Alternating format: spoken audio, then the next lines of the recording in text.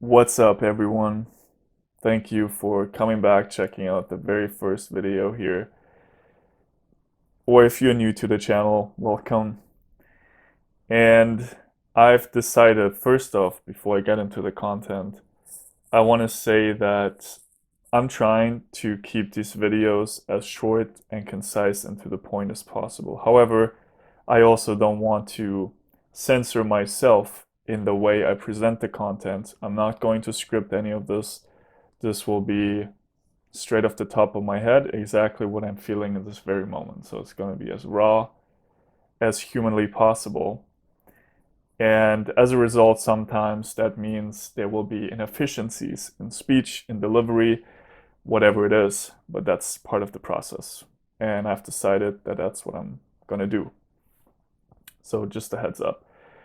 Now, for the content today, I've decided, because that was something that came to me yesterday and was really interesting. So I was meeting up with a girl, a friend of mine, and well, it was kind of like a date, kind of not, but who knows what it really was, right? Um, but the thing that came to mind, and it was really interesting because when I first met her, it felt as though I could just be completely open. Like there was nothing I had to, hide, hold back. I could just open up, right? And that's what happened really. And so we realized we had a common interest, which was our own healing. And she kind of started on that, and she was like, "Yeah, I started to say no to people, and it feels really good." And where she's coming from, it's actually rather strict, and especially women, they don't usually say no. And so for her, that was like a big step, realizing that and slowly reclaiming her own power. And so yesterday we were just walking and talking, and at some point I basically said yes. And before that, what she was saying was that her dad called her, I think the day before or a while back, at night. He was having a night shift and she barely ever talks to her dad. So he called her and they talked for like an hour. And at some point, her dad, who was probably in his 50s, 60s right now, he said, "You know what's funny? I feel with all the women in my life, looking back, every single one of them is the same, right?" And to me, that was like nothing new necessarily, but something came to mind, and I was like, it's kind of like a video game, right? Where life presents you with opportunities to level up. Your goal is to get to the next level, your next level of consciousness, your next level of self-actualization. And people in that video game are like torches, right? That kind of shine the light on a path that had lain in the dark before, that you couldn't see. And I actually wrote this down. Let me read this to you because it's probably more concise and cohesive.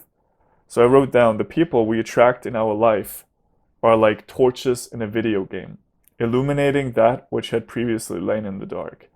If we choose to ignore them, not only are we not leveling up, reaching greater and greater depths of consciousness and self-actualization, but life keeps on presenting us with the same opportunities over and over again, which we judge and interpret as hurdles, obstacles, problems, until we decide to grab onto the torch and start venturing into the unknown. And that's really interesting because when you understand that, your whole outlook on life suddenly, or can suddenly, change like this, like flipping a switch. Because all of a sudden, all the hurdles, obstacles, problems appear as opportunities and cause you to look within and ask yourself, well, what is life trying to show me here? What am I supposed to be doing with this? What is it trying to reveal to me that I haven't looked at in so long, right? And that to me is very, very powerful. And I want to, give you this little nugget here that came to me because I feel it describes in a very simplistic way one of the most fundamental and most powerful shifts in your perception of life that you can possibly attain, especially when you're starting out on the journey, right? Because so many people are into self-help and read all these books and you need to do this and you need to do that. But it's really hard when you're fighting an uphill battle, right? The book is telling you to do this, to do that, to do more of this, and it feels like more and more and more and more is required.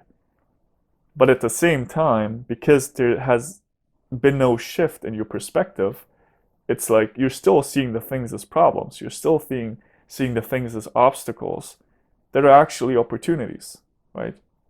How much easier would it be if instead of trying to push the ball uphill or the rock uphill, if you could just instead of going uphill, you change the slope to downhill, right? And all of a sudden things are just rolling on their own.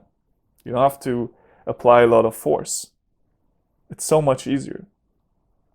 And so that's something I wanted to give you today as my first video.